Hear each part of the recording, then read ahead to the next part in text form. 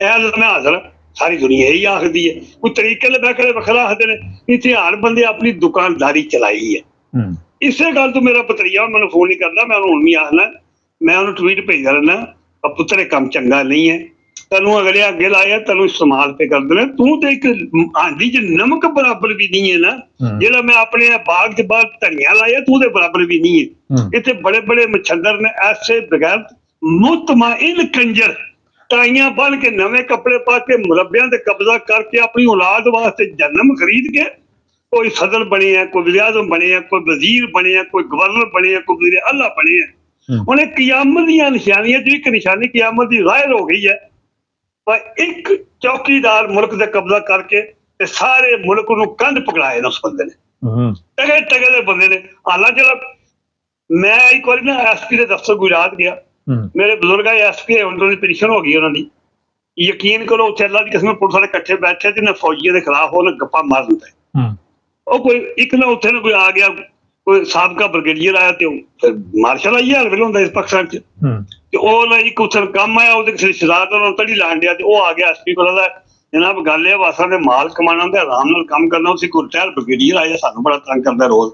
ਉਹਨੇ ਕਿਹਾ ਯਾਰ ਉਹਦਾ ਬੇਵਕੂਫ ਦਾ ਕਰ ਦਿਓ, ਜਿਹਨੂੰ ਨੌਕਰੀ ਪ੍ਰਾਈਵੇਟ ਅਦਾਰੇ ਨਾ ਲੱਭੇ, ਜਿਹੜਾ ਮੁੰਡੇ ਨੂੰ ਕੋਈ ਨੌਕਰੀ ਪਾਕਿਸਤਾਨ ਨਾ ਲੱਭੇ, ਆਖਦੇ ਨਾ ਫੌਜ ਚ ਭਰਤੀ ਕਰਾ, ਉਸ ਗੋਲੀਆਂ ਲੱਗ ਜਾਣਦੀਆਂ ਹੈ। ਇਹਨਾਂ ਦੀਆਂ ਗੁੱਲੀਆਂ ਪੱਕੀਆਂ ਲੱਗੀਆਂ ਹੁੰਦੀਆਂ ਨੇ, ਇਹਨਾਂ ਦੀ ਇਹ ਔਕਾਤ ਹੁੰਦੀ ਜੇ, ਤੇ ਜਿਸਲੇ ਦਾ ਲੱਗਦਾ ਫਿਰ ਮੁਲਕ ਨਾਲ ਕਰਦੇ ਕਿ ਉਹ ਹਿਸਾਬ ਕਰਦੇ ਨੇ। ਅੱਲਾ ਬੰਦੇ ਚ ਇਨਸਾਨੀਅਤ ਹੋਵੇ, ਜ਼ਮੀਰ ਹੋਵੇ, ਗੈਰਤ ਹੋਵੇ, ਈਮਾਨ ਹੋਵੇ, ਬੰਦੇ ਨੂੰ ਆਪਣੀ ਔਲਾਦ ਦਾ ਪਤਾ, ਮੇਰੀ ਔਲਾਦ ਕੀ ਕਰਦੀ ਹੈ ਪਈ, ਇਹਨਾਂ ਨਾਲ ਕੀ ਹੋਣਾ, ਕੱਲ ਮੇਰੇ ਨਾਲ ਕਬਰ ਚ ਕੀ ਹੋਣਾ, ਤੇ ਉਹ ਆਪਣੀ ਹਦੂਦ ਚ ਰਹਿੰਦਾ। ਜਿਹੜੀ ਉਹਦੀ ਡਿਊਟੀ ਹੁੰਦੀ ਹੈ ਉਹ ਕਰਦਾ, ਜਿਹੜਾ ਫਾਲਤੂ ਕੰਮ ਹੈ ਨਾ ਉਹਨੂੰ ਕਰਨ ਦਿੰਦਾ, ਜਿਹਨਾਂ ਦਾ ਕੰਮ ਹੁੰਦਾ। ਪਰ ਇੱਥੇ ਲੰਮੀ ਗੱਲ ਹੈ, ਤੇ ਮੇਰਾ ਹੱਲ ਕਰਨ ਦਾ ਮਤਲਬ ਹੈ, ਤੁਸੀਂ ਰੋਜ਼ ਆ ਕੇ ਤੁਹਾਡਾ ਮੈਂ ਹਰ ਪ੍ਰੋਗਰਾਮ ਤੱਕਣਾ। ਤੁਸੀਂ ਸਾਊਦੀ ਨੂੰ ਕਿੰਨੀ ਵਾਰੀ ਗਏ? ਮੁਹੰਮਦ ਰਸੂਲullah, ਮੈਂ ਤੁਹਾਨੂੰ ਦਾਅਵੇ ਨਾਲ ਕਹਿਣਾ, ਪਾਕਿਸਤਾਨ ਚ ਕਿਸੇ ਅਕਲੀਅਤ ਨੂੰ ਕੋਈ ਤਕਲੀਫ ਨਹੀਂ ਜੇ। ਕਿਆਮਤ ਆਈ ਹੈ, ਇਹਨਾਂ ਕੋਲ ਇਮਰਾਨ ਖਾਨ ਨਹੀਂ ਹਰਦਾ ਪਿਆ, ਉਹ ਸੱਚਾ ਬੰਦਾ ਇਹ ਲਈ ਹੈ ਨਵਾਜ਼ ਸ਼ਰੀਫ ਦੇ, ਸ਼ਬਾਜ਼ ਸ਼ਰੀਫ ਦੇ, ਜਿਹੜੇ ਡਾਕੂ, ਚੋਰ, ਬਗੈਰਤ, ਅਨਪੜ੍ਹ, ਜਾਹਿਲ, ਗੰਦੇ ਗੰਦੀ ਰਲੀਅਤ ਦੇ, ਗੰਦੇ ਖਾਨਦਾਨ ਦੇ, ਗੰਦੀ ਨਸਲ ਦੇ, ਗੰਦੀ ਅਸਲ ਦੇ, ਇੱਕ ਵਾਰੀ ਉਹਨੂੰ ਪਾਕਿਸਤਾਨ ਨਚਾਉਂਦੇ, ਇਹ ਤਾਂ ਕੁੜੀਆਂ ਇੱਕ ਵਾਰੀ ਉਹਨੂੰ ਨਚਾਉਂਦੇ।